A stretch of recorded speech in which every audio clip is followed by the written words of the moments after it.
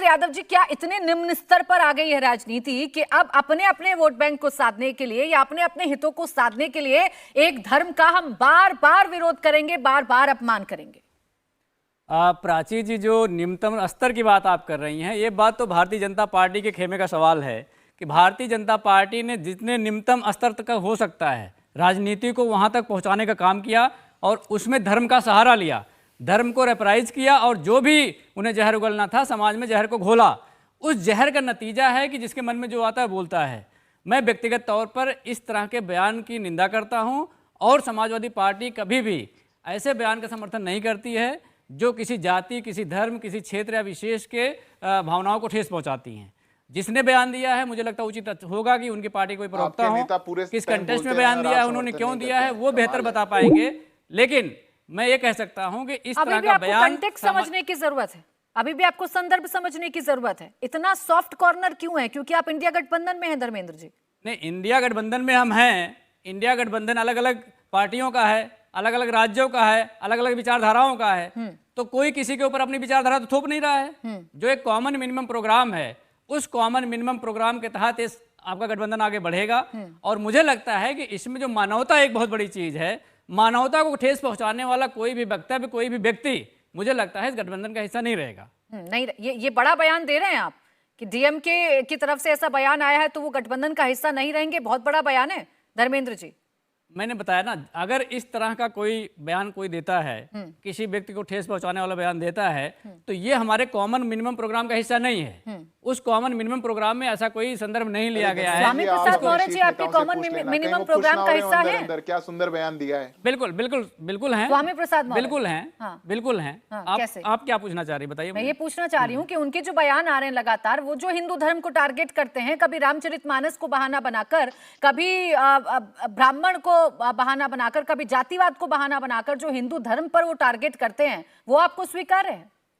प्राची जी, आप वरिष्ठ जर्नलिस्ट हैं, मुझे लगता है कि अगर उनके एक वाक्य को आप पूरा रामचरितमानस कहेंगे तो मुझे लगता है ये उचित नहीं है। उनका जो विरोध है एक वाक्य पर है और मुझे लगता है आज भी वो विरोध होना चाहिए कि अगर कोई वाक्य, कोई संदर्भ ये कहे कि जो नारी हैं, नारी शक्ति हमारी पशु के समान है और हमारे मानव में भी शूद्र हो जाएं, शूद्र की संज्ञा दी जाए, तो मुझे लगता है उसका शब्द समाज में आपको भी विरोध करना चाहिए, हमको भी करना चाहिए, सबको करना चाहिए। फिर वही आकर आप वही बात दोहरा रहे हैं, हिंदू धर्म को बार बार टारगेट करना। फिर तो आप खुलकर कहिए ना कि आप लोग इस चीज के विरोध में, आप खुलकर कहिए कि आपको राजनीति करनी है। तो क्यों फिर आप कह रहे हैं कि जो स्टालिन ने बयान दिया है हम उसकी निंदा करते हैं? वो क्या गलत कह रहे हैं? वो आपके नेता जो कह रहे हैं उसी को आगे बढ़ा रहे हैं। वो भी हिंदू धर्म में ऐसा कहाँ कहा गया है कि जो नारी शक्ति है वो पशु के समान है? ऐसा कहाँ कहा गया है कि जो मानव है, मानवता को हम दो भागों में बांट देंगे, कोई शूद्र हो जाएगा, कोई जाकर के ब्राह्मण हो जाएगा?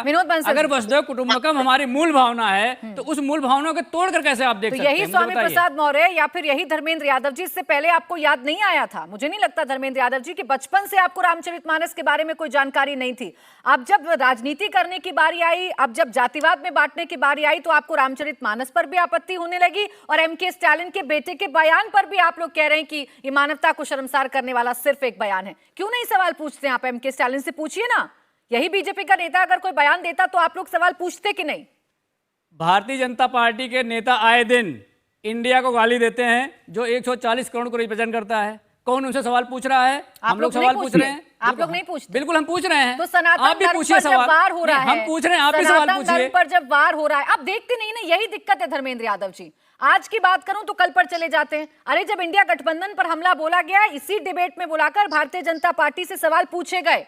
आज सनातन धर्म पर हमला बोला गया है, उस पर टिप्पणी की गई है, तो इसलिए मैं आपसे सवाल पूछ रही हूं कि आपके नेता क्या देर से सोकर जागेंगे इस बात पर कि सवाल पूछे एमके स्टालिन से?